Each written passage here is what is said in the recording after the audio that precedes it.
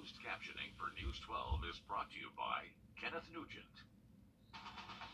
From the station that's on your side, this is News 12 First at 5.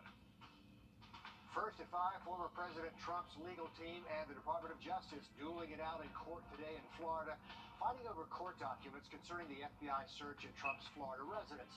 We have the latest since those arguments wrapped up this afternoon.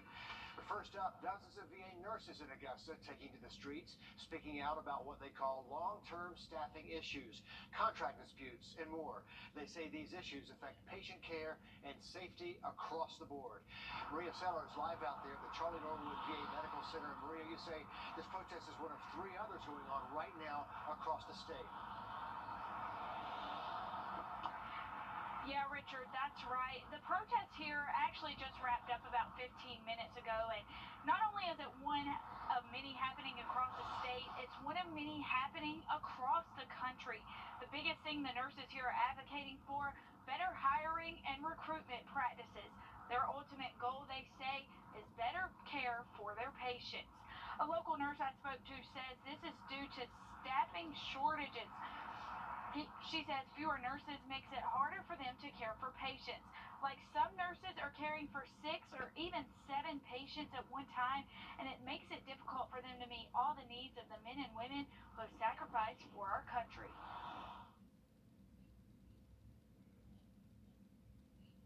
Them with their minds, bodies, and even their lives, that these people deserve top-notch care. They deserve the best amount of nurses that they can to get that care, and it's just not happening.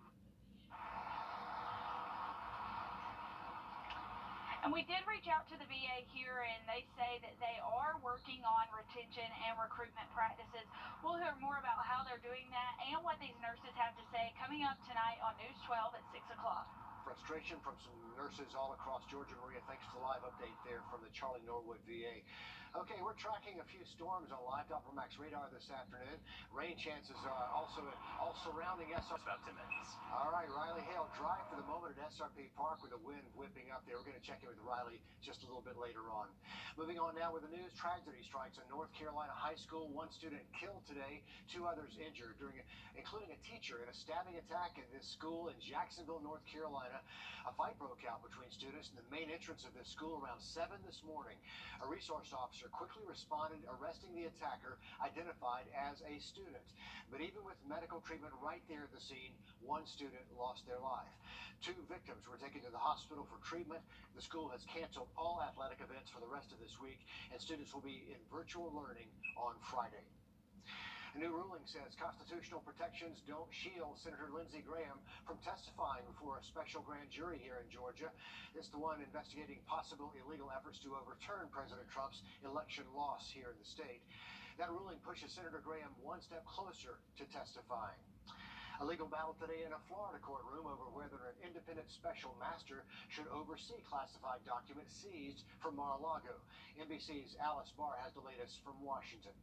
The Justice Department and the Trump legal team squaring off in a federal courtroom today as a judge weighs whether to bring in an independent special master to review evidence seized during the FBI search of former President Trump's Mar-a-Lago estate. The Trump team laying out its request in a new filing overnight, arguing that without a third-party review, quote, unchecked Justice Department investigators could selectively leak aspects of their investigation. Trump attorneys zeroing in on this photo from an earlier Justice Department filing showing the FBI recovered top-secret material from Mar-a-Lago. The Trump team alleging the documents were spread across the floor for dramatic effect. That is not the way his office looks. Anybody that knows President Trump's office, he has guests frequently there. The argument that visitors frequented the former president's personal office where several classified documents were found could undercut his team's claims sensitive materials were held in a secure setting. The Justice Department arguing that government records were likely concealed and removed before the FBI search, and that the Trump legal team misled investigators about what it did turn over. Trump attorneys calling that claim significantly mischaracterized and suggesting it's normal to keep presidential records, though the law says they belong to the government. The former president defending himself today on a conservative radio show. not like this was some sinister plot. Again, calling the investigation political while pointing to his rising poll numbers, claiming the legal troubles are actually helping him. In Washington, Alice Barr, NBC News. Now, this all comes as President Biden is giving a primetime address tonight in Philadelphia. While the White House is billing this as an official address, the president is returning to his central campaign messages about the battle for the soul of the nation, claiming that democracy is under attack. A CDC advisory panel meeting today to decide who should get a new COVID booster that targets the highly contagious Omicron strain. Yesterday, the FDA authorized shots of the new booster from both Moderna and Pfizer. The booster could be available in just a matter of days if the CDC signs off. Earlier today, a group at Augusta University paying tribute to loved ones who died after battling sickle cell anemia. This event called Forever in Our Hearts. We caught up with organizers to ask why it's so important to push for research. This site was pivotal in patient participation as far as getting those trials done, getting new treatments out there for what is cutting-edge treatment for sickle cell in today's day and age. We are now involved and becoming a part of a group where we are trying to get gene therapy treatments for patients who have sickle cell, which will not just treat, but hope is that it will cure. AU Health says sickle cell disease is a genetic disorder that limits the body's ability or the blood's ability to actually carry oxygen in the blood, and that can lead to serious infections and pain. Georgia's Department of Education launching a new teacher evaluation system today. The pilot program will replace the current Teacher Keys Effectiveness System, or TKES. Georgia Leads will include topics like teacher collaboration and recognition for effective practices. That application opened today, and you can read more about that on the Department of Education's website. New today, the Edgefield County School District announcing their Teacher of the Year finalist. Tiffany Burton from Meriwether Elementary School, Diane Knight from Meriwether Middle School, Ashley Richards from Douglas Elementary. The winner will be announced Friday, September the 16th. Congrats to all three finalists. The South Carolina Department of Transportation getting an extra $190 million in federal funding in the next year. That extra money comes from road funds that other states or federal programs could not use. $190 million, a record number for SCDOT, which usually gets about a third of that amount from the feds. Well, it's going to be a busy weekend on our roads all across the nation, but locally, law enforcement in Georgia and South Carolina are teaming up again to keep drunk drivers from sharing the highway with your family. We'll get to that in a moment. But first, a check of the weather with Riley at SRP Park. Is he still dry? Good crackdown, good. Hey, perfect timing. We got Augie out here at SRP Park. They're doing the Braves ring giveaway and a lot of fun stuff heading our way later tonight. We'll have a look at the forecast for you next. Call us today for a free estimate. He can fix it. Low gas prices pushing consumer confidence higher. The Conference Board's report for consumer attitudes rising to 103.2% for the month of August. That's compared to July's 95.3 score. Americans are slightly more optimistic about their financial situation. And have you noticed the price of gas is falling lately, and we like that. Delta Airlines pilots protesting ahead of the Labor Day holiday weekend, complaining of exhaustion and long hours ahead of the Labor Day flights. Delta suggesting its current contract with pilots is among the best in the industry in a July statement. Nevertheless, renegotiation talks are ongoing for Delta and its union.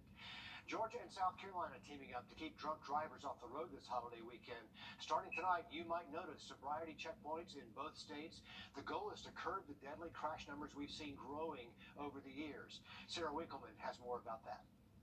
Georgia and South Carolina have been teaming up on this Labor Day weekend initiative for more than 30 years. And that's why this weekend they're going to be out really focused on getting drunk drivers off of the road. And starting today, they'll have those sobriety checkpoints in both states. They'll have as many troopers as possible out on the highways and the back roads starting Friday evening and going all the way until Monday at midnight. And while drunk driving prevention is their priority, they'll also be keeping a close eye on distracted drivers. They're asking anyone who gets behind the wheel this weekend to watch your speed, wear a seatbelt, and pay attention. There's going to be a lot of traffic on there. On the interstates, there's going to be a lot of 18-wheelers. Just make sure not to follow them too closely. Make sure to give them plenty of time to get to where they're going. The other thing is driving the speed limit.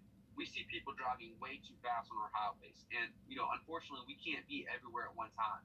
Drive the speed limit. The more you reduce your speed, the lower your chances are of being in a collision and ultimately a fatal collision. Also, make sure to slow down and get over for any emergency vehicles and tow trucks on the side of the road.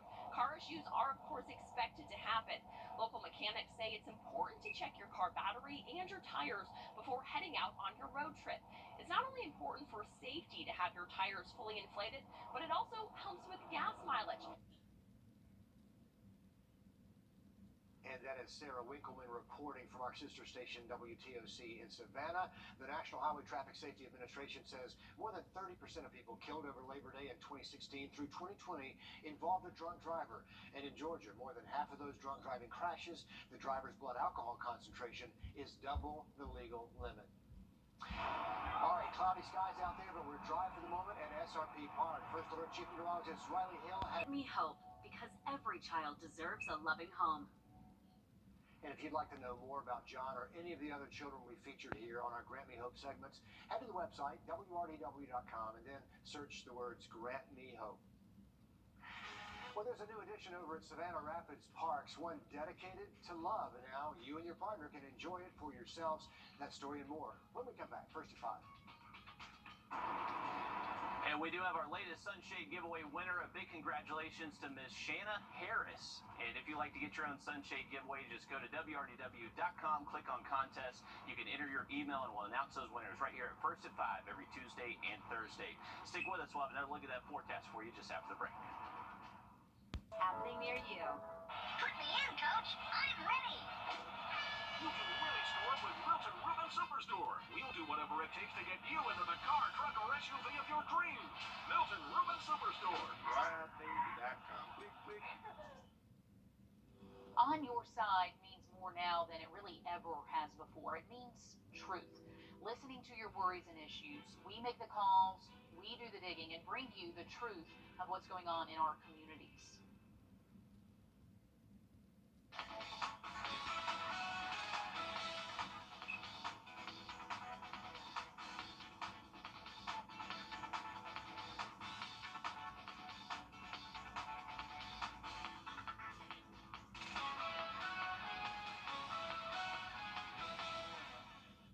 Have you heard about this? The new Lovelock sculpture at Savannah Rapids Park, replacing the old Lovelocks Bridge, is now officially open to the public and waiting for your lock.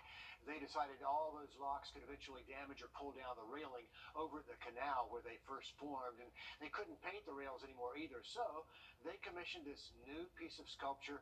The old locks will eventually have to come down. They're trying to unlock as many as they can. They have couples put them on the new sculpture if they still have the key. So you make it a priority. If you left the lock out there, time to move it to the new sculpture and check it out when you're out there at the park. And I know, Riley, you love it over there just like I do. Absolutely. It is beautiful at Savannah Rapids Pavilion Park. If you haven't been, definitely take the time to do it. It's definitely worth it. Hey, we're at SRP Park tonight. We are seeing some darker skies kind of behind me. We are tracking some showers and thunderstorms across the area. Now, the worst of the weather is staying mainly away from SRP Park. We actually just got a new flood advisory issued for portions of Columbia and McDuffie County. This is going to stay in effect for the next couple of hours. They've already seen 1.5 inches, 2 inches, and an additional inch or two is going to be possible. So this is right on that I-20 corridor, folks. Very dangerous driving weather right now between Augusta and Atlanta on I-20. Those heavy thunderstorms stretch all the way into Tolliver County as well. A wider look, you can still see we're tracking some of that active weather south of Augusta in Burke, Jenkins, portions of Screven County as well. So just a heads up, there are some showers and thunderstorms around. And if you are going to be out and about over the next, say, several hours, just keep that umbrella close by.